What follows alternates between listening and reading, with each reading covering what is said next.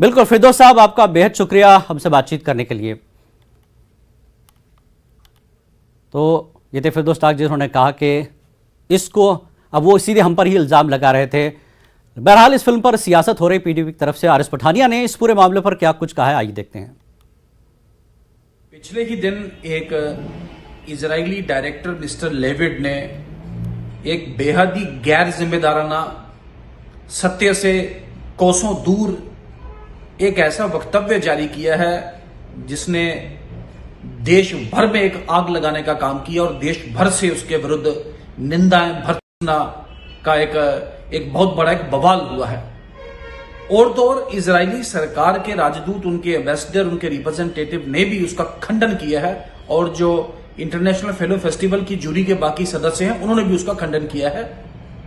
लेकिन चिंताजनक और अफसोस की बात है कि एक फेल्ड चीफ मिनिस्टर और एक हारी हुई, जिसे कहते हैं पीपल्स डेमोक्रेटिक पार्टी की अध्यक्षा, अपनी फ्रस्ट्रेशन को वेंट करने के लिए आज उनका समर्थन कर रही है।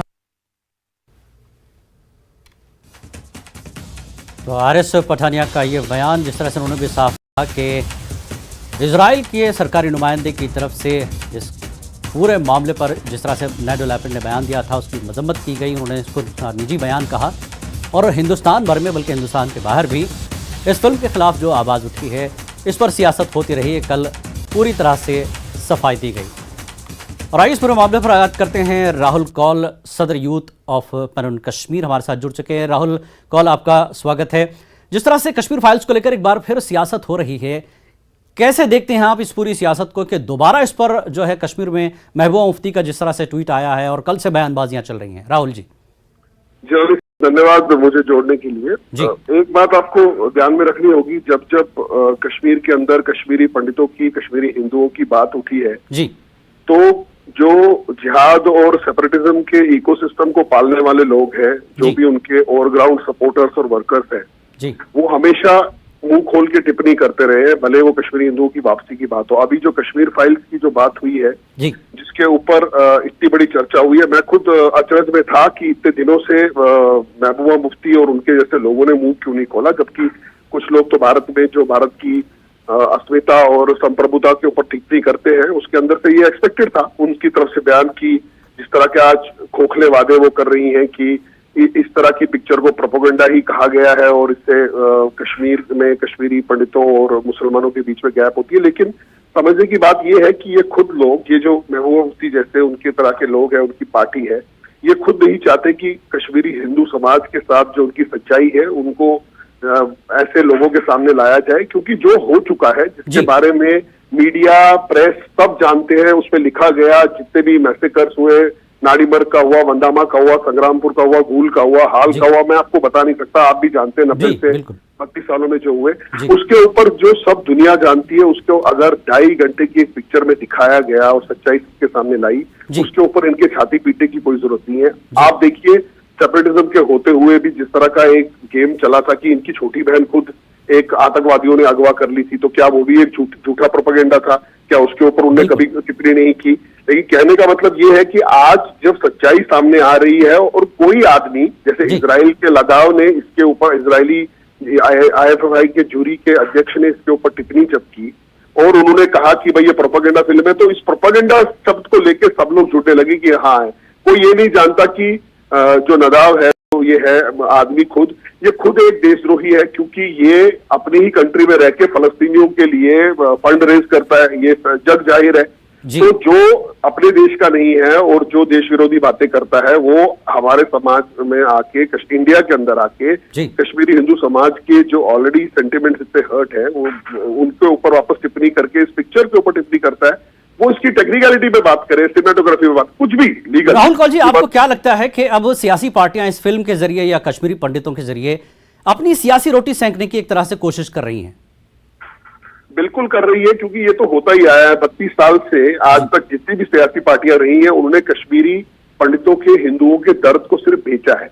उन्होंने इस दर्द के ऊपर, इसको बेच के, लोगों को देख के, इसके ऊपर अपना एजेंडा बना के, इसके ऊपर अपनी सियासी रोटियां सेकी है। कोई आज तक ये नहीं कह पाया कि लोग कि अगर 7 लाख कश्मीरी हिंदू समाज एक जिहाद के कारण या कश्मीर के अंदर जिस तरह की अलगाववादी गतिविधियां हुई उसके कारण बाहर खदेड़ा गया, उनके वापस आने का एक फुल प्रूफ एजेंडा क्या है, प्लान क्या है, इसके ऊपर कोई बात नहीं करना चाहता। लेकिन ये बात जरूर करेंगे कि ये जो है ये प्रोपेगेंडा है, ये फिल्म है, लेकिन सच्चाई जग जाहिर है, सच्चाई कभी छुपती नहीं। आज इसकी चीज के ऊपर किसी एक आदमी ने टिप्पणी कर दी तो ये अपनी डेफिनेटली देखेंगे, क्योंकि इनको दर्द होता है कि जो कश्मीर के अंदर 1990 में हुआ, जो कश्मीरी पंडितों का 7वां पलायन था, 6 बार कश्मीर का हिंदू वापस कश्मीर में गया, प्लूरलिस्टिक सोसाइटी में प्लूरलिज्म को सपोर्ट करने के लिए वापस रहा अपने भाइयों के साथ जैसा वो मानता था। लेकिन 1990 में प्लूरलिज्म को कश्मीर के अंदर ही नकार दिया गया। उन्होंने कहा कि हमें कश्मीरी पंडितों के साथ नहीं रहना है, हम इनको बाहर निकालो, क्योंकि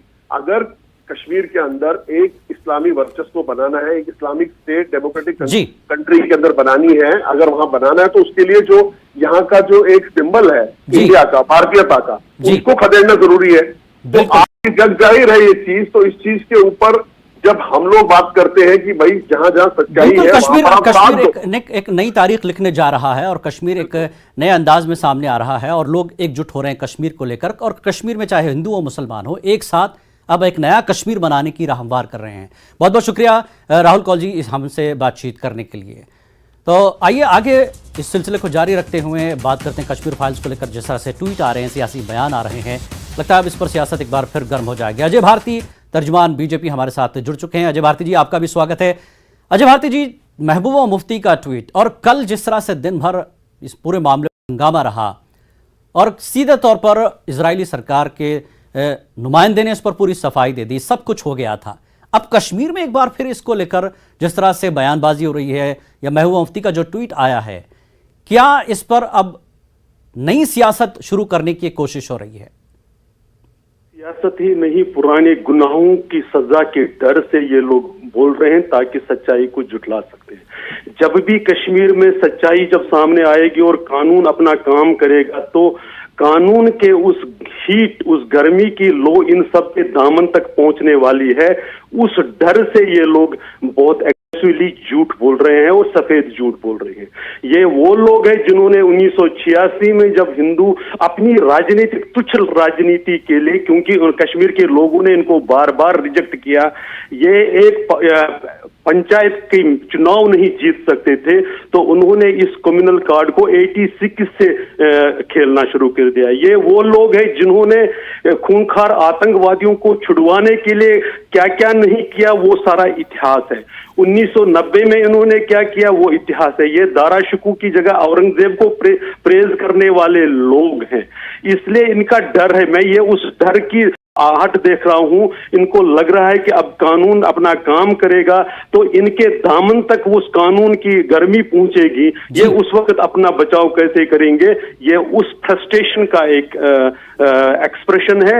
झूठ बोलना इनके स्वभाव में था, आतंकवादियों से चुनाव जीतने के लिए मदद लेना इनका स्वभाव में रहा है। ये टेररिस्ट्स के लिए हीलिंग टच और जो पंडित विक्टिम थे उनके लिए हीटिंग टच की पॉलिसी चलाने वाले लोग हैं। इनसे और कुछ उम्मीद नहीं की जा सकती। जी अजय भारती जी, जिस तरह से आप तर्जुमान हैं बीजेपी के और नया कश्मीर जिस तरह से राय हमवार कर रहा है, आप देख भी रहे हैं इस फिल्म में जिस तरह से ट्वीट किया है महबूबा मुफ्ती ने इस फिल्म को लेकर के हिंदुओं, पंडितों और मुसलमानों के बीच दूरियां पैदा करने के लिए इस तरह की फिल्म बनाई गई। आप पिछले 3-4 साल से देख रहे हैं कश्मीर में, क्या इस फिल्म का प्रभाव पड़ा है रिश्तों में पंडितों के और मुसलमानों के बीच?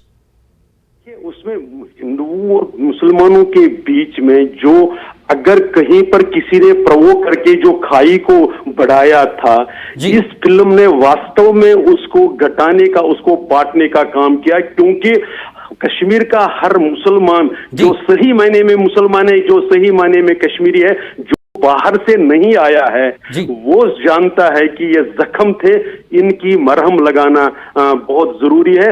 इस काम ने, इस फिल्म ने कम से कम एक मरहम का ये काम तो किया कि हमारे दर्द को लोगों के सामने रहा। कश्मीर के लोगों ने भी उसको अंडरस्टैंड किया। इसमें से कोई ऐसी घटना नहीं। मैंने ये सवाल इसलिए किया अजय भारती जी के बीजेपी के साथ आज कश्मीर का मुसलमान भी जुड़ता है, पंडित भी जुड़ा हुआ है।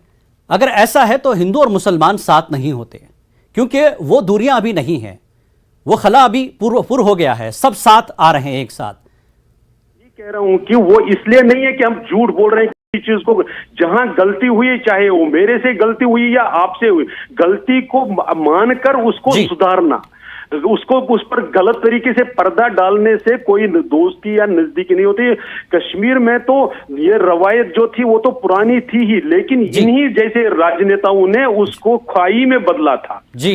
उस खाई को पिछले कुछ दिनों से आप देख रहे हैं, क्योंकि वो साफ सफाई पर, इक्वलिटी पर आधारित है, इसलिए जब से आप जो डेवलपमेंट हो रहा है, जब से काम हो रहे हैं सबके, तो इरेस्पेक्टिव ऑफ रिलीजन, उसमें तो कोई रिलीजन है ही नहीं ना, उसमें तो मजहब और इसकी दीवारें नहीं है। तो इसलिए जब वो काम हो रहा है तो आम आदमी समझता है कि वो लोग जो डिवाइड कर रहे हैं उनको अलग कैसे रखना है।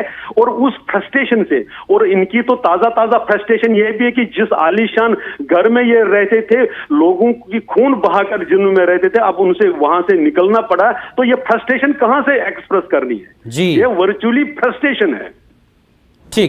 ठीक, बहुत बहुत शुक्रिया अजय भारती जी हमसे बातचीत करने के लिए। तो ये थे अजय भारती, तर्जुमान बीजेपी। जिस तरह से उन्होंने कहा कि महबूबा मुफ्ती का ये ट्वीट उनका फ्रस्ट्रेशन जाहिर करता है, जिस तरह से महबूबा मुफ्ती को सीएम हाउस खाली करना पड़ा है। तो आगे बढ़ते हैं, इससे पहले लेंगे एक छोटा सा ब्रेक के बाद फिर हाजिर होंगे।